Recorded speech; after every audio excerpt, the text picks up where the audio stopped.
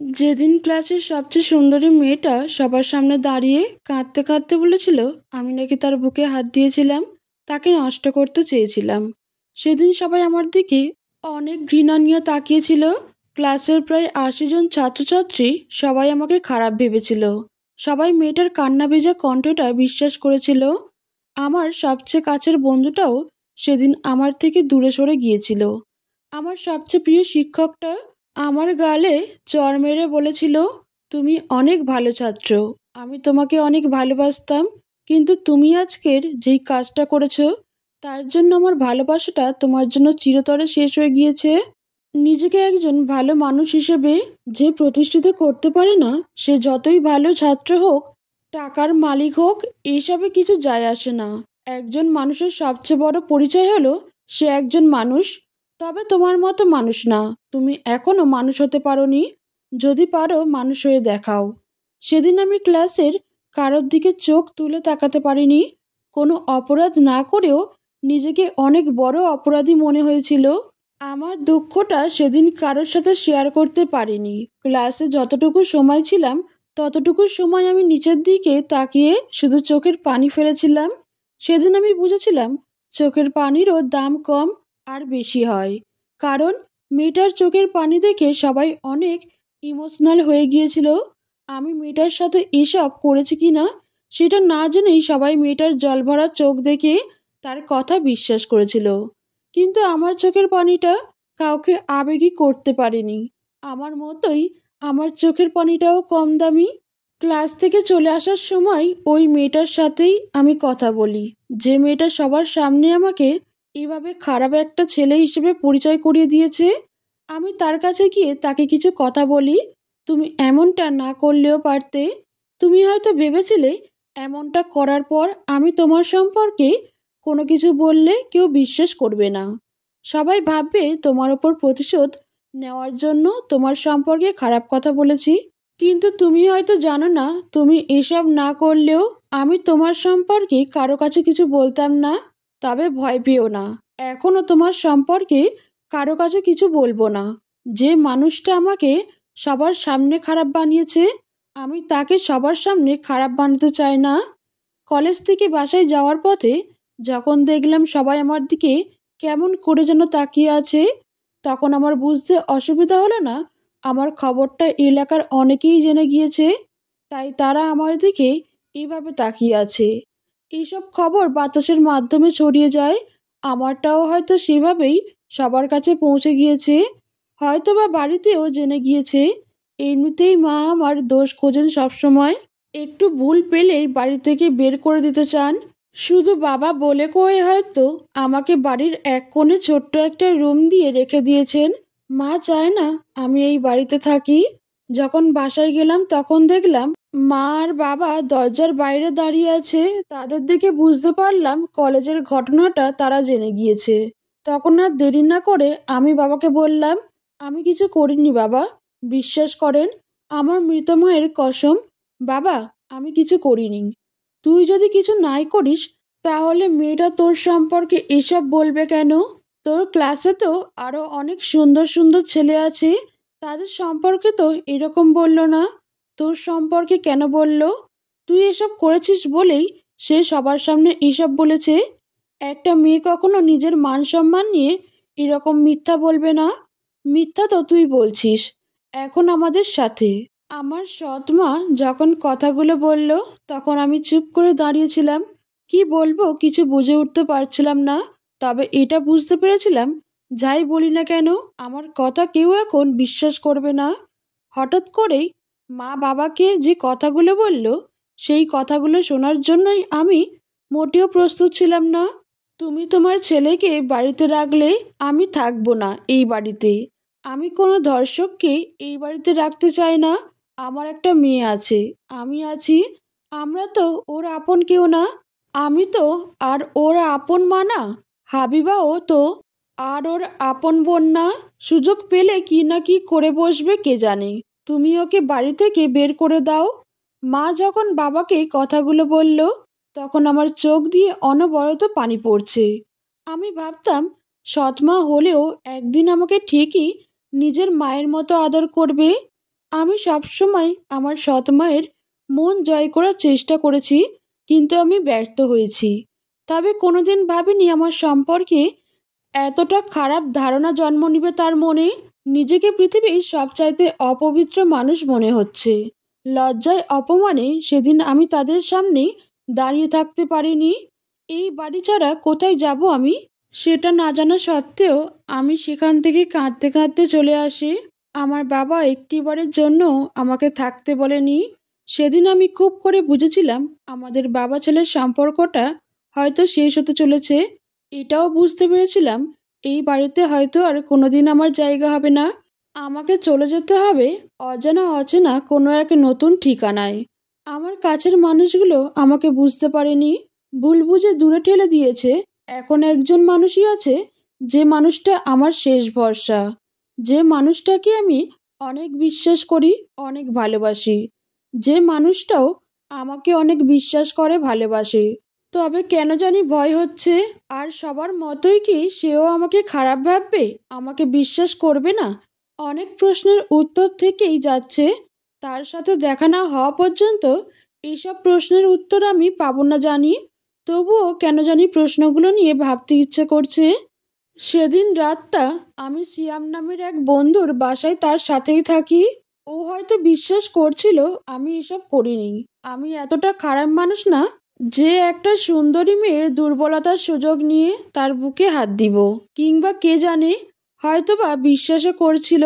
ভদ্রতার খাতিরে বলতে পারেনি, কারণ কিছু কিছু কথা থাকে যেগুলো অনেক সময় মান সম্মান কিংবা ভদ্রতার খাতিরে বলা যায় না। বিপরীত পাশের মানুষটার অবস্থার কথা চিন্তা করে অনেক মানুষই বলতে পারে না। আবার কিছু মানুষ থাকে যারা বিপরীত পাশের মানুষটার কথা চিন্তা করে না একবারও, ভাবেও না কথাগুলো বললে তার অবস্থাটা কি হবে। সেদিন শিয়ামের ওখান থেকেই আমি আদিবার সাথে ফোনে কথা বলি। তাকে বিকেল 3টার সময় আমার সাথে দেখা করতে বলি। সেও ঠিক সময়ে ঠিক জায়গায় চলে আসবে বলে ফোনটা রেখে দেয়। আমিও ঘুমানোর বৃথা চেষ্টা করে বিছানায় গা এলিয়ে দিই। তবে সেদিন রাতটা আমার নির্ঘুম কাটে। সেদিন ছিল শুক্রবার। শিয়ামের সাথেই জুমার নামাজটাও পড়ে ওর বাসায় দুপুরে খেয়ে ওর কাছ থেকে বিদায় নিয়ে চলে আসি। আমি তোর প্রতি অনেক কৃতজ্ঞ, একটা রাত আমাকে থাকতে দিয়ে অনেক উপকার করলি। এই কথাগুলো বলে আমি শিয়ামের ওখান থেকে আদিবার সাথে দেখা করার জন্য চলে যাই। আদিবার সাথে দেখা করতে গিয়ে যা দেখলাম সেটা নিজের চোখকে বিশ্বাস করাতে পারলাম না।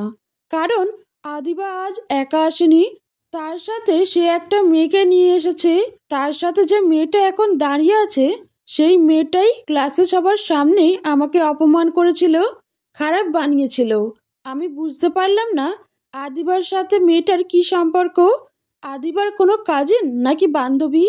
আমি নাদিয়ার কাছ থেকে সব শুনেছি। সে আমার চাচাতো বোন, তার চেয়ে বড় কথা সে আমার খুব কাছের বান্ধবী। আমি আমার জীবনের সব কিছু তার সাথে শেয়ার করেছি, এমনকি খুব গোপনীয়, যেটা একমাত্র নিজের মনের মধ্যেই মানুষ সীমাবদ্ধ রাখে, সেই গোপনীয় কথাগুলোও আমি তাকে বলেছি। আমার খুব খারাপ লেগেছে যখন শুনলাম তুমি নদিয়ার সাথে এরকম একটা কিছু করার চেষ্টা করেছো। নিজের প্রতি অনেক ঘৃণাও হয়েছে। আমি তোমার মতো একজন লম্পট মানুষকে ভালোবেসেছি, বাকিটা জীবন কাটাতে চেয়েছিলাম, কিন্তু নদিয়া আমার চোখ খুলে দিয়েছে। আমি তোমাকে কথাগুলো ফোনেও বলতে পারতাম, কিন্তু আমি তোমার এই অসভ্য লুচ্চা মার্কা চেহারাটা দেখতে চেয়েছিলাম। সবসময় তুমি তোমার সভ্য চেহারাটা দেখিয়ে এসেছো, কিন্তু তোমার সভ্য চেহারার মাঝেও যে একজন খারাপ মানুষ বাস করে, সেই মানুষটাকেই আমি দেখার জন্য এসেছি। আমি দেখতে চেয়েছিলাম তোমার ভেতরের খারাপ মানুষটা কতটা জঘন্য লাগে। আমি দেখেছি। আমার সাথে কোনো যোগাযোগ রাখার চেষ্টা করো না। আমি তোমাকে ভুলে যাব, তুমিও আমাকে ভুলে যেও। আদিবা যখন কথাগুলো বলল তখন আমি বুঝতে পারলাম আমার শেষ ভরসার মানুষটাও আমাকে বিশ্বাস করেনি, ভুল বুঝে দূরে ঠেলে দিতে চাইছে। আমার কিছু বলতে ইচ্ছা করছিল না। মানুষকে কখনো জোর করে নিজের কাছে ধরে রাখা যায় না, রাখলেও সেটা বেশি দিন স্থায়ী হয় না। আমি ভুল করে এতদিন মরীচিকার পেছনে ছুটে এসেছি। যে শুধু সুযোগের অপেক্ষায় ছিল, আজ সুযোগ পেয়েছে, সেটাই কাজে লাগাচ্ছে। এখানেও আমাকেই দোষী মনে হচ্ছে, কারণ একজন খারাপ মানুষের সাথে হয়তো কেউ জেনে শুনে জীবন পার করবে না। বেশি কিছু বলবো না, ভালো থেকো। আর তোমার চাচাতো বোনকেও ভালো থাকতে বইলো। তবে আমি মনে প্রাণে বিশ্বাস করতাম পৃথিবীর আর সবাইকে ভুল বুঝলেও তুমি আমাকে ঠিকই বুঝবে। পৃথিবীর আর সবাই আমাকে খারাপ ভাবলেও অন্তত তুমি আমাকে খারাপ ভাববে না। কিন্তু যখন তুমি বললে আমি খারাপ মানুষ, আমার সাথে সম্পর্ক রাখবে না, তখন নিজেকেই খারাপ মনে হচ্ছে। কেন জানি মনে হচ্ছে আজও বিশুদ্ধ হতে পারিনি, তবে হওয়ার অপেক্ষায় থাকবো। আবারও বলছি, তোমার চাচাতো বোনকে অনেক অনেক ভালো থাকতে বইলো। দোয়া করি তোমাদের দুজনের কারো জীবনেই যেন আমার মতো খারাপ মানুষের আগমন না ঘটে। কথাগুলো যখন বললাম, আদিবা তখনও চুপ করেছিল। তার নীরবতা জানান দিয়ে যাচ্ছিল সে আমার সাথে আর কথা বলতে চাচ্ছে না। অথচ আমি ভেবেছিলাম আদিবা প্রতি উত্তরে কিছু বলবে, কিন্তু আমার কান্না ভেজা কণ্ঠটাও তার নীরবতা ভাঙতে পারেনি। তারা দুজন চলে যাচ্ছে। আমি নদিয়া মেয়েটার দিকে তাকিয়ে আছি আর ভাবছি, একজন মানুষ কত সুন্দর করে প্ল্যান সাজিয়ে অন্য একজন মানুষের জীবনকে নরকে পরিণত করতে পারে, সেটা এই মেয়েটাকে দেখলে বোঝা যায়। কে ভাববে এই সুন্দর নিষ্পাপ মেয়েটা একটা ছেলের সুন্দর গোছানো জীবনটাকে তছনছ করে দিয়েছে। শুধু মেয়েটা সম্পর্কে ছেলেটার মনে একটা খারাপ ধারণা জন্ম নিয়েছিল বলে মেয়েটা ভয় পেয়েছিল যদি ছেলেটা সবার কাছে তার কথা বলে দেয়, তাহলে তো সে কারোর সামনে নিজের মুখ দেখাতে পারবে না। সেই জন্য হয়তো ছেলেটাকে সবার সামনে এমনভাবে উপস্থাপন করলো যে এখন ছেলেটাকে পৃথিবীর একটা মানুষও বিশ্বাস করে না। মেয়েটাও নিশ্চিত হয়ে গেছে তার কথাটা এখন যদি মাইক মেরেও বলে দেয় তাহলে কেউ বিশ্বাস করবে না, সবাই পাগল ভাববে ছেলেটাকে।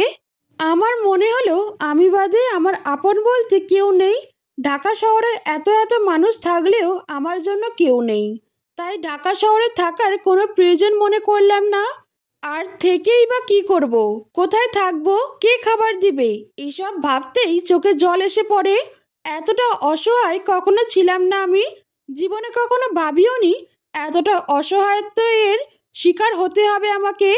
কিন্তু আজ হয়েছি, এটাই হয়তো ভাগ্যে ছিল আমার। যাওয়ার কোনো জায়গা খুঁজে না পেয়ে নানার বাড়ি চলে যাই। যদিও আমার মামারা 12 বছর আগেই আমাদের সাথে সব সম্পর্ক শেষ করে দিয়েছে। মা মারা যাওয়ার পর কোনোদিন মামাদের সাথে কোনো কথা হয়নি, তারাও কখনো কোনো খোঁজ নেয়নি। তাদের একটা ভাগ্নে আছে, এটা হয়তো তারা ভুলেই গিয়েছিল। তবে আমার নানার আর্থিক অবস্থা আগে থেকেই অনেক ভালো ছিল, তাই আমি জানতাম তারা যখন জানবে আমি তাদেরই ভাগ্নে, তখন হয়তো তারা আমাকে ফেলে দিবে না।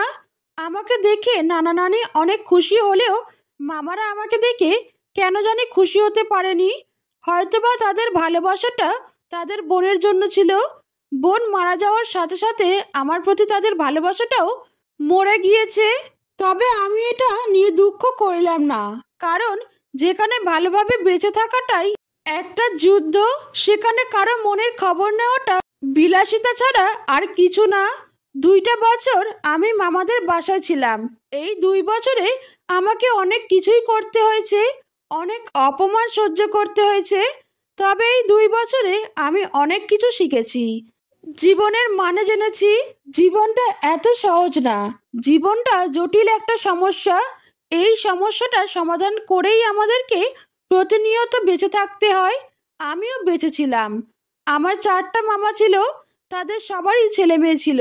আমি সবাইকেই রাতে পড়াতাম, নিজের ইচ্ছে না থাকা সত্ত্বেও পড়াতাম, কারণ এরাই যে আমাকে দুবেলা দুমুঠো খাবার দিয়ে আশ্রয় দিয়েছে। প্রতিদিনই আমি বাজার করে দিতাম।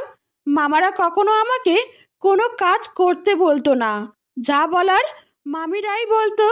আমিও তাদেরকে কোনো সময় না করতে পারতাম না, ভয় হতো যদি আমাকে বাড়ি থেকে বের করে দেয়। তাই কষ্ট হলেও সবার সব রকম কাজ করে দিতাম আমি। তবুও মামিরা আমার ওপর কোনো কারণে বিরক্ত থাকতো, আমি বুঝতে পারতাম, তবে বিরক্ত হওয়ার কারণটা খুঁজে পেতাম না। আমার নানা নানি আমাকে অনেক ভালোবাসতো, তাদের ভালোবাসাটাই হয়তো এত কিছুর মাঝেও একটু সুখ খুঁজে নিতে সাহায্য করতো। মামাদের বাসায় থেকেই আমি এইচএসসি পাস করি, অনেক ভালো রেজাল্টও করি। তবে আমার রেজাল্টে খুশি হওয়ার মতো কোনো মানুষ ছিল না। আমি নিজেই নিজের প্রতি সেদিন অনেক খুশি হয়েছিলাম। তারপরে অনেক জায়গায় পরীক্ষা দেই, ভাগ্যক্রমে ঢাকার একটা পাবলিক ভার্সিটিতে চান্স পেয়ে যাই। মামাদের বাসা থেকে আমি আবার আমার পুরাতন শহর ঢাকায় ফিরে আসি। 2 বছর আগে এই শহরটাকেই আমি বিদায় জানিয়ে দিয়ে চলে গেছিলাম। আজ 2 বছর পর আবার এই ঢাকাতেই ফিরে এসেছি। আমার আর্থিক অবস্থার কথা কয়েকটা বড় ভাইকে বলেছিলাম। সেই সূত্রেই এক বড় ভাই একটা বড় ধরনের টিউশনে জোগাড় করে দেয় আমাকে, যেটা দিয়ে আপাতত আমার কষ্ট হলেও মাসে চলে যাবে। পরে না হয় কিছু একটা করা যাবে, এই ভেবেই ঢাকায় চলে আসি। আসার আগে নানা আমার হাতে কিছু টাকা দিয়ে দিয়েছিল, যেটা আমার ভার্সিটিতে ভর্তির সময় অনেক কাজে লাগে। আর কিছু টাকা ভবিষ্যতের কথা ভেবে যত্ন করে নিজের কাছে রেখে দেই। আজ আমার টিউশনের প্রথম দিন, তাই একটু পরিপাটি হয়ে যাচ্ছি। কারণ বড় ভাই বলেছে তারা খুব বড় লোক, সেজন্যই এত টাকা বেতন দিয়ে একজন টিউশন শিক্ষক রাখবে। বড় ভাই যখন আমাকে ছাত্রের বাসায় নিয়ে গেলেন পরিচয় করিয়ে দিবেন বলে, তখন দরজায় কলিং বেল চাপতেই একটা সুন্দরী মেয়ে দরজা খুলে দিল। আমি মেয়েটার দিকে জাস্ট হয়ে দাঁড়িয়ে রইলাম, কারণ এই মেয়েটাই আমার জীবনের অভিশাপ। এই মেয়েটার কারণেই আমার জীবনে 2 বছর আগে প্রচণ্ড ঝড় নেমে এসেছিল। সেই ঝড়ে আমি নিঃস্ব হয়ে গিয়েছিলাম, আজও আমি নিঃস্ব। এই পৃথিবীতে কিছু অলৌকিক জিনিস থাকে যেগুলো না চাইতেও মানুষের সাথে বারবার ঘটে। আমি যখন নবম শ্রেণীতে পড়তাম তখন আমি খুব ভালো ক্রিকেট খেলতে পারতাম। তবে আমার একটা ব্যাড লাক ছিল। আমি যখনই পিচে ব্যাটিং করার জন্য নামতাম তখন বল অটোমেটিকভাবে ভালো হতো। বলার যত খারাপই হোক না কেন, তখন তার বল কিভাবে যেন বেস্ট হতো। মনে হতো দুনিয়ার যত ভালো বল তখনই হয় যখন আমি ব্যাটিং করতে নামি। আমার সাথে এমন অনেকবারই হয়েছে, আমি নামার সাথে সাথেই প্রথম বলে ইয়ং বল হয়ে গেছে অটোমেটিক, আর আমিও আউট হয়ে গিয়েছি। অথচ অনেকেই দেখতাম প্রথম বলটা খারাপ পেত। ঠিক তেমনই এই অভিশপ্ত মেয়েটার সাথে আমার বারবার দেখা হচ্ছে। অথচ সেদিনের পর থেকে আমি মনে প্রাণে চাইতাম জীবনে আমার মৃত্যু আসলে আসুক, আমার কোনো আফসোস থাকবে না, আমি সাদরে বরণ করে নিব। কিন্তু কোনোদিন যেন এই মেয়েটার সাথে আমার দ্বিতীয়বারের মতো আর দেখা না হয়। কিন্তু হয়েছে, এই নিয়ে 2বার এই মেয়েটার সাথে দেখা হলো আমার। আমি বুঝতে পারি না বিধাতা আমার কাছে কি চাই, কেন এই মেয়েটার সাথে আমাকে দ্বিতীয়বারের মতো দেখা করিয়ে দিল। আমি তো জানি এই মেয়েটাকে আমি কত ভয় পাই, এটাও তো জানি নিজের স্বার্থের জন্য এই মেয়েটা আমাকে কত বড় বিপদে ফেলতে পারে। ইতিমধ্যে সেটার প্রমাণ আমি খুব ভালো করেই পেয়েছি। আমি এমন একটা অবস্থায় আছি যেটাকে জীবন মৃত্যুর মাঝামাঝি বললে হয়তো খুব বেশি ভুল হবে না।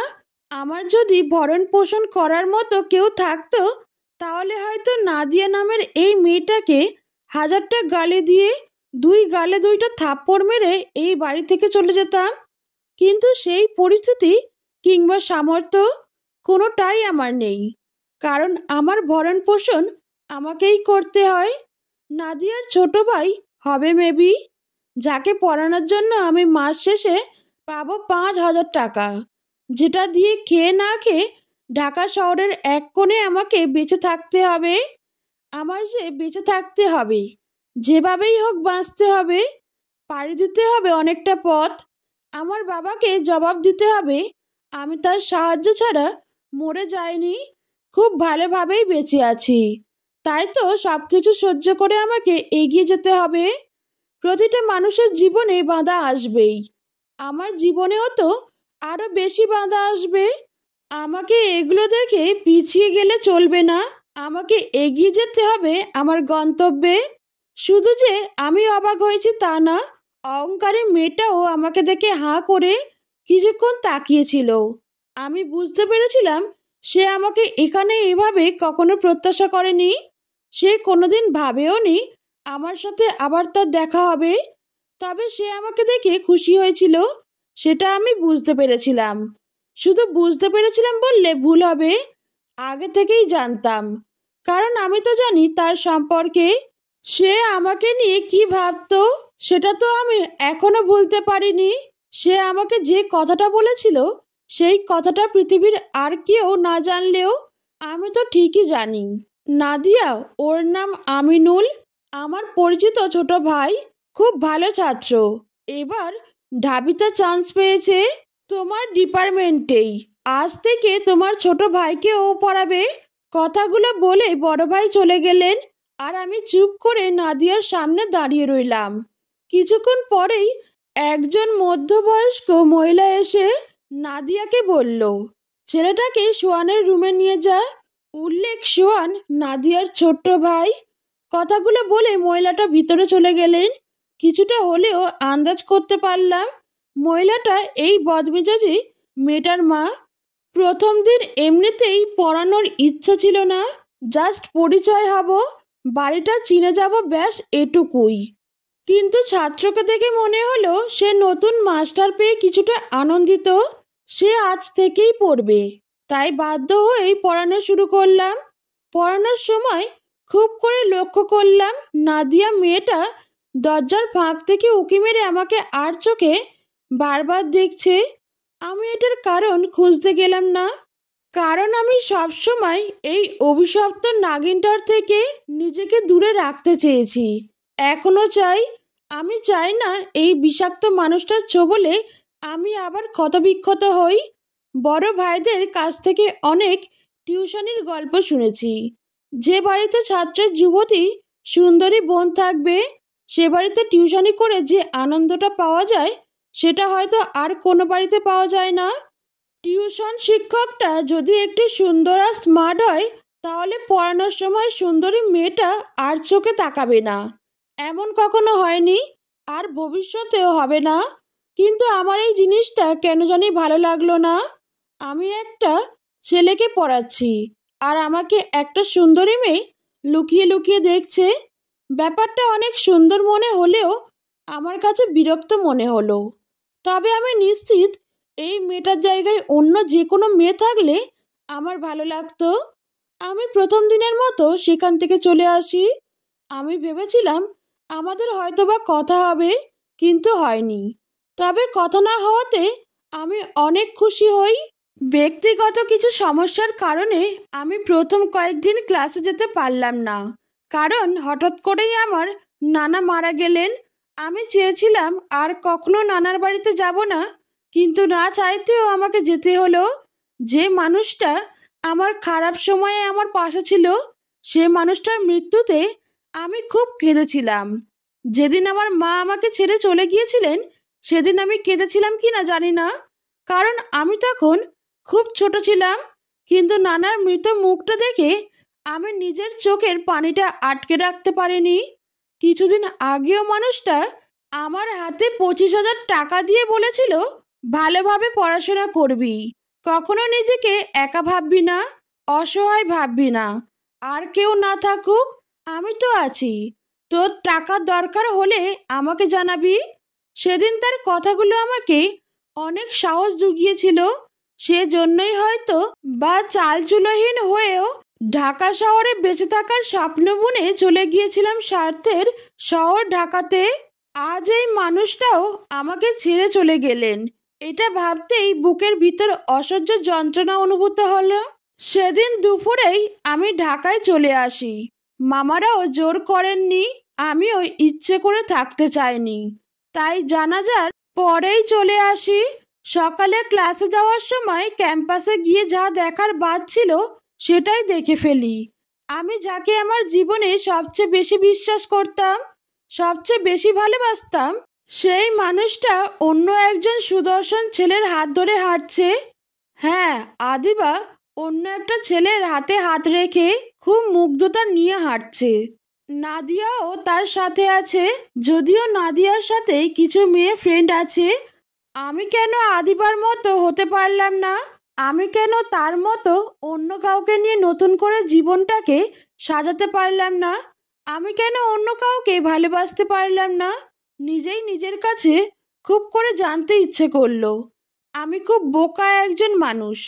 আমার মনে হলো আমাকে বিশুদ্ধ হওয়ার আগে চালাক হতে হবে, কারণ আমি সত্যিই অনেক বোকা একজন মানুষ, যে সবসময় মানুষের কাছ থেকে দুঃখ পেয়ে এসেছে।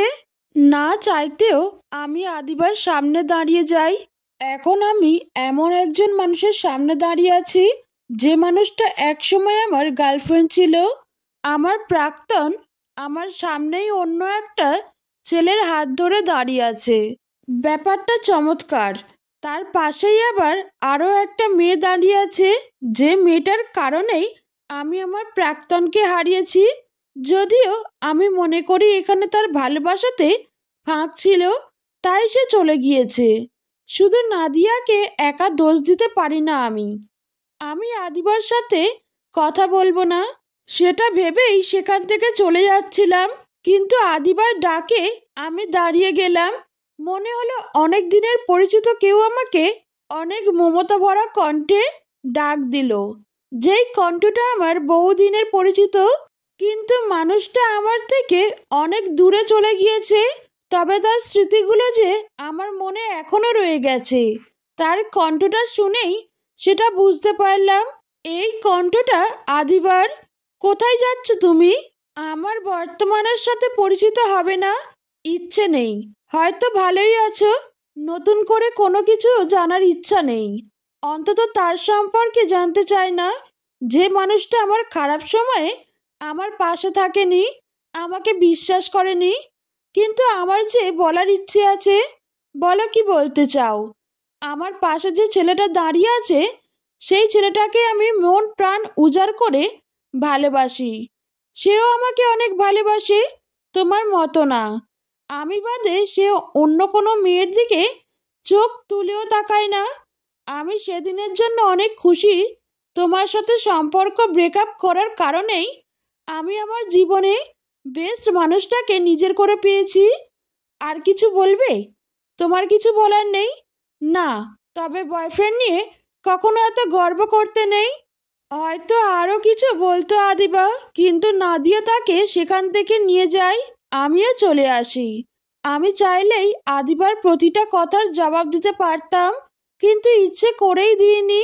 আমি চাইনি কোনো মেয়েকে সবার সামনে অপমান করতে, কিন্তু সে ঠিকই আমাকে অপমান করার জন্য অনেক কথা বলল। তবে আফসোস হচ্ছে আদিবা মেয়েটার জন্য। সে যে ছেলেটাকে ভালোবাসে, সে ছেলেটাকে আমি খুব ভালো করেই চিনি। হয়তো সময় করে সেটা আদিবাও বুঝে যাবে। আজ অনেক দিন পর ডায়েরির সামনে কলম হাতে বসে আছি। আগে সময় পেলেই আমি কবিতা লিখতাম, অনেক সুন্দর লিখতামও, কিন্তু সময়ের ব্যবধানে আমি কবিতা লেখা ভুলে গিয়েছি বললেই চলে। অভাব যখন দরজায় কড়া নাড়ে, ভালোবাসা তখন জানলা দিয়ে পালায়। বাংলায় এরকম একটা প্রবাদ আছে। আমার ক্ষেত্রেও ঠিক এমনটাই হয়েছে। আমি আমার জীবন সংগ্রাম নিয়ে এতটাই ব্যস্ত ছিলাম যে কবিতা লেখার সময় করে উঠতে পারিনি। এই 3 বছরে কখনো ভাবিও নি আমি কবিতা লিখব। সবসময় ভেবেছি কিভাবে দুবেলা দুমুঠো খাবার খেয়ে বেঁচে থাকা যায়। আমি বেঁচে থাকার জন্য অনেক কিছুই করেছি। জীবনে এমন কিছু কথা থাকে যেগুলো মানুষকে কখনো বলা যায় না।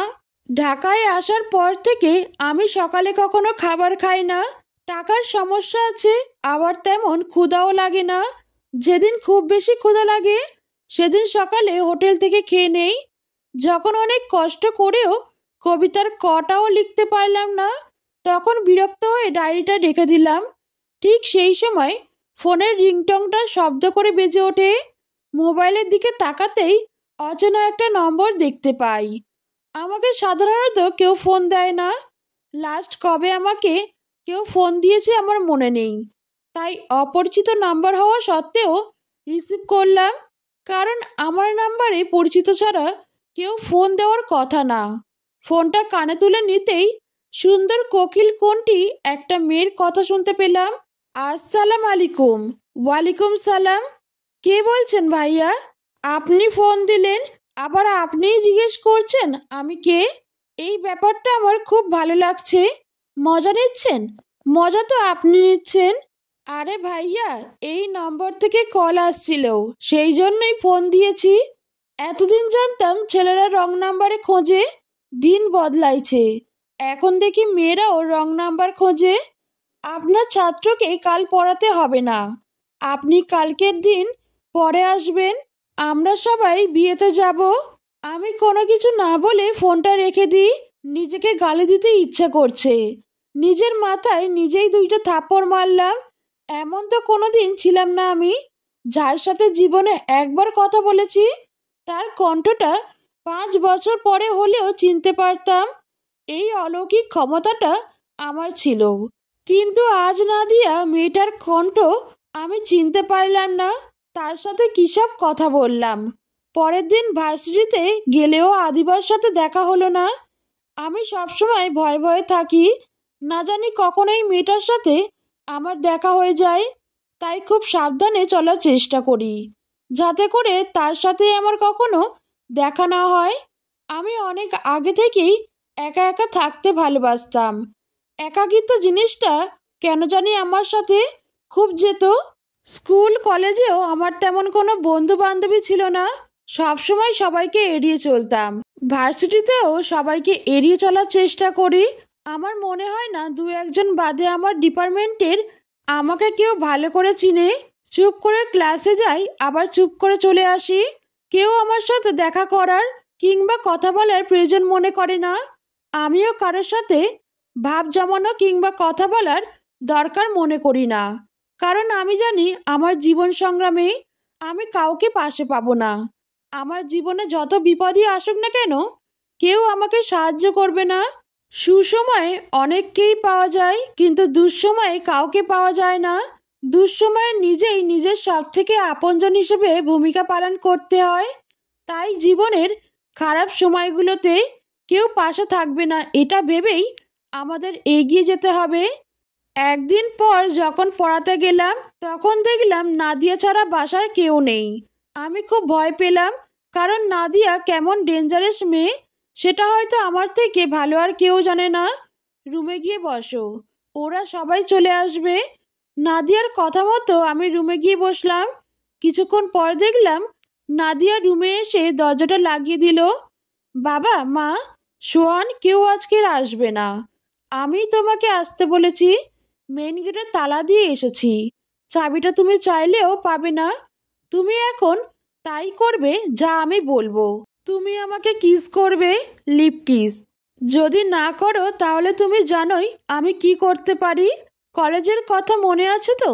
আদিবার থেকে আমি তোমাকে অনেক বেশি ভালোবাসবো, আগেও বলেছি এখনো বলছি। তুমি যদি কিস না করো তাহলে তোমার সামনেই আমি আমার সব কিছু খুলে ফেলবো। আমি তোমাকে পাওয়ার আশা ছেড়ে দিয়েছিলাম, কিন্তু তুমিই আমার কাছে এসে ধরা দিয়েছো। তুমি কিন্তু সহ্যের সীমা ছাড়িয়ে যাচ্ছ।